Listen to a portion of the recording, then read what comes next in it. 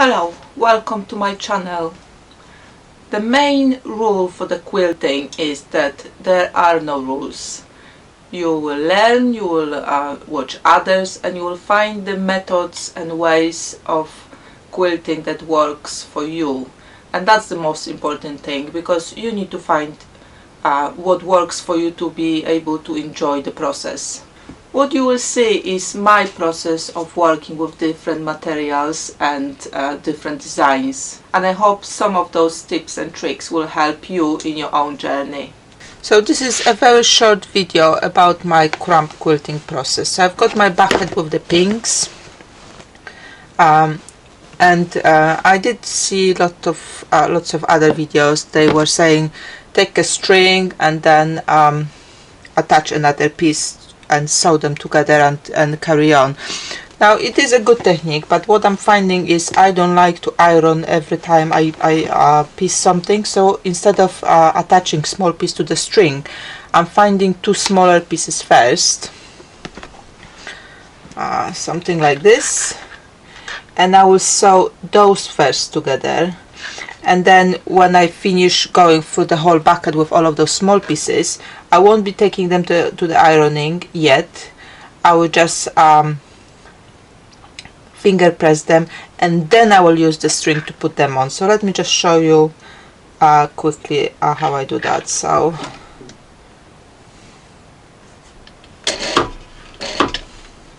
okay, so first I'm sewing two smaller pieces together,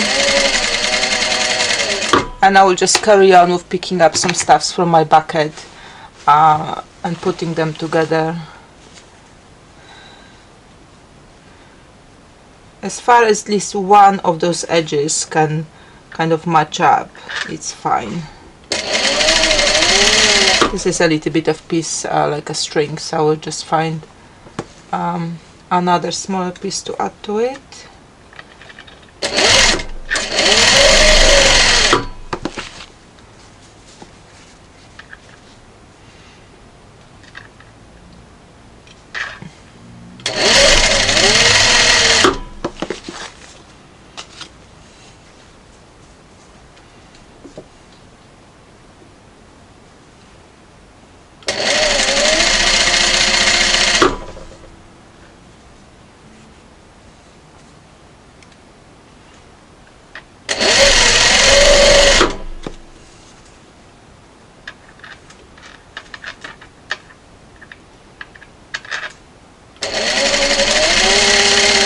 Okay, so I would have gone through all of the bucket to finish off how many I've got there.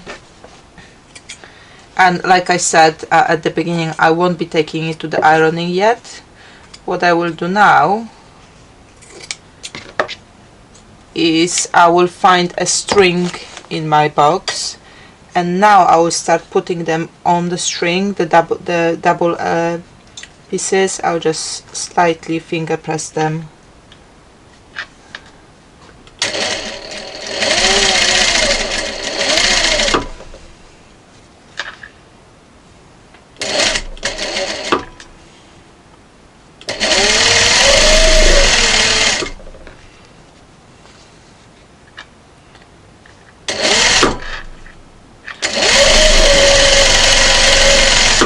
And depending how those pieces look like, I still might avoid the ironing in this point too. I will just try to trim them more or less straight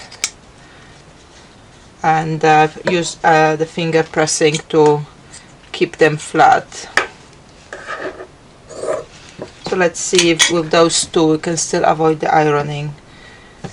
I would like to at least do so 1, 2, 3 stitches without going to the ironing board. Once they're getting a little bit bigger, then yes, you carry on and you need to iron before you start stitching together, but up to this point you should be fine.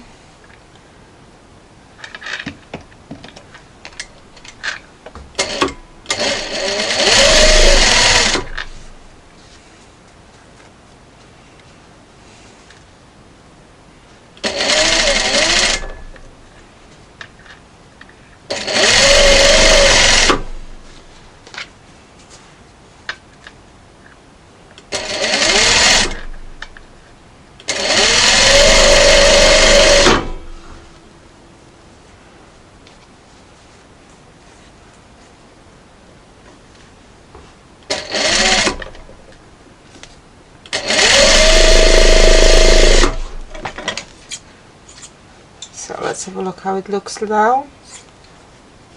So I did 4 stitching runs now on those ones.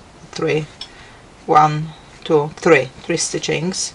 Let's see, if they are still so small, I would probably say, yeah, I'll go ahead and still carry on with just finger pressing.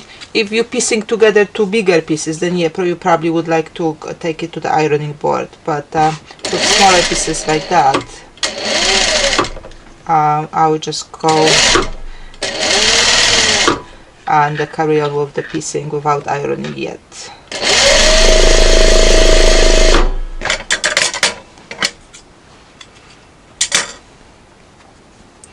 Now each of those steps, as I'm only showing you on a small sample, but like I said at the beginning, when I'm piecing 2 pieces together, I will go through the whole box first and piece all the smaller pieces together.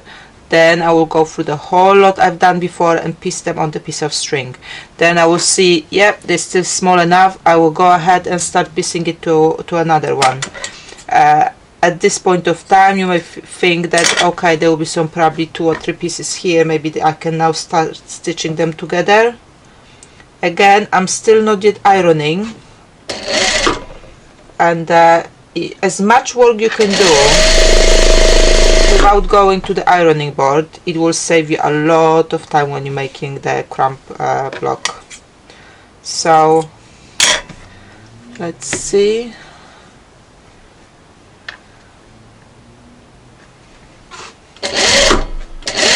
I'm just using my fingers, one, to pull this fabric so that I don't have a pleat under the stitch, but also to put the previous stitch in the right direction. So if I can see this one goes up, I will hold with my fingers to keep it up as well.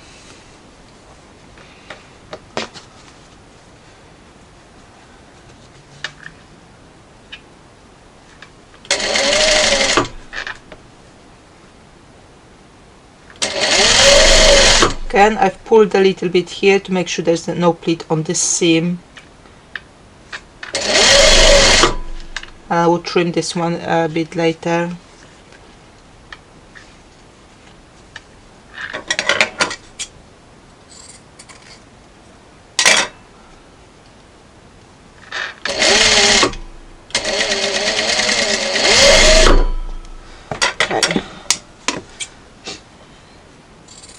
And I always try to leave at least 1 piece at the machine, so I don't have to cut the thread in between. So I do chain piece everything I can as well, even in the crumb blocks in between. So you see, we got to this size of the block without any ironing, and I would say I probably could carry on this side.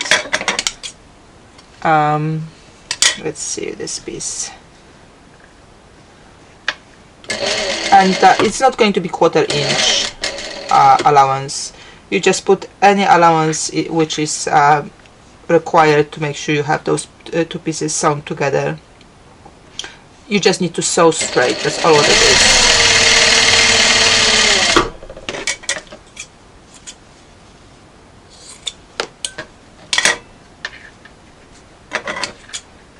I might like to trim it, or I could even go without trimming this part if I wanted to. Let's see what else we've got. Oh, there's this nice long string here, so that means I could put all of those pieces I've got on the side here on this one string.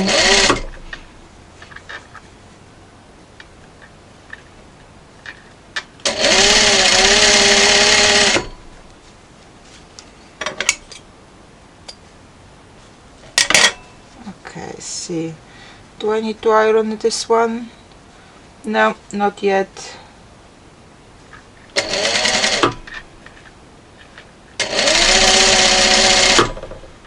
If I did decide that I wanted to iron this before carry on stitching, I would just put it on the side and carry on with the bucket until I have all of them on side that I need to iron them. Then I would iron them in one go, and then I would have come back to machine to carry on stitching.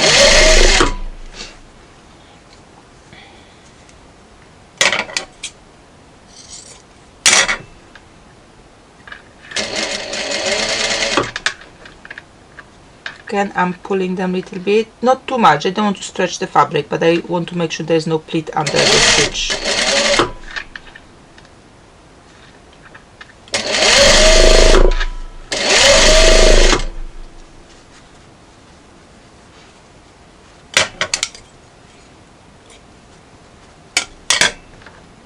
That's too short. Let's have a look at this one.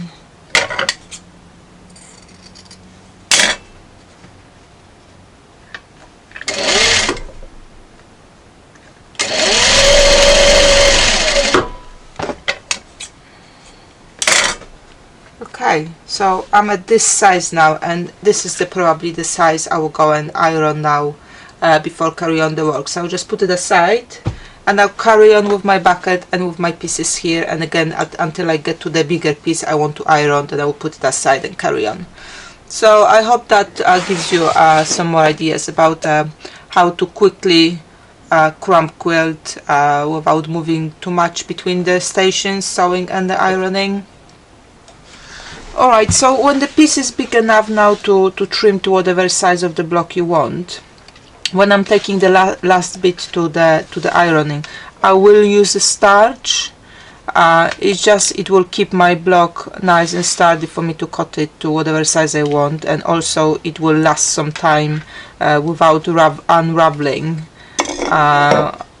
before I use it, so it will keep them nice and flat for the use later. It's easier to stitch them because there will be lots of seams here, and you know, the more the seams, the more prone to unravel and stretching. So obviously we want to keep it nice and sturdy, so it's easier to work with. So use the starch. That's my recommendation.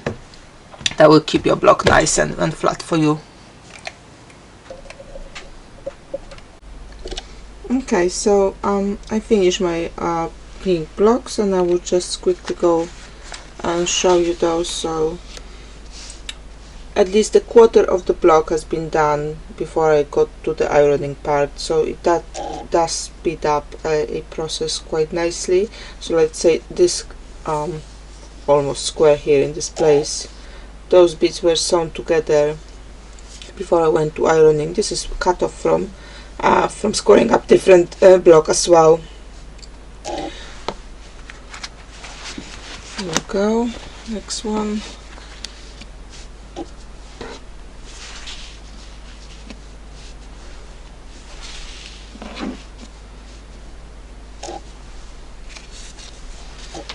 When I'm getting to like a size where I want to square them up, I do use a lot of strings on the end just to speed up the process as well, so they are not so chunked into pieces on the edge. Especially it just make it easier when you want to piece them together. So those ones are from the cutting out, from the squaring out different blocks. I've put it in the middle because if I've put it on the edge, all of those seams are going to be quite difficult to process later when you're sewing it together.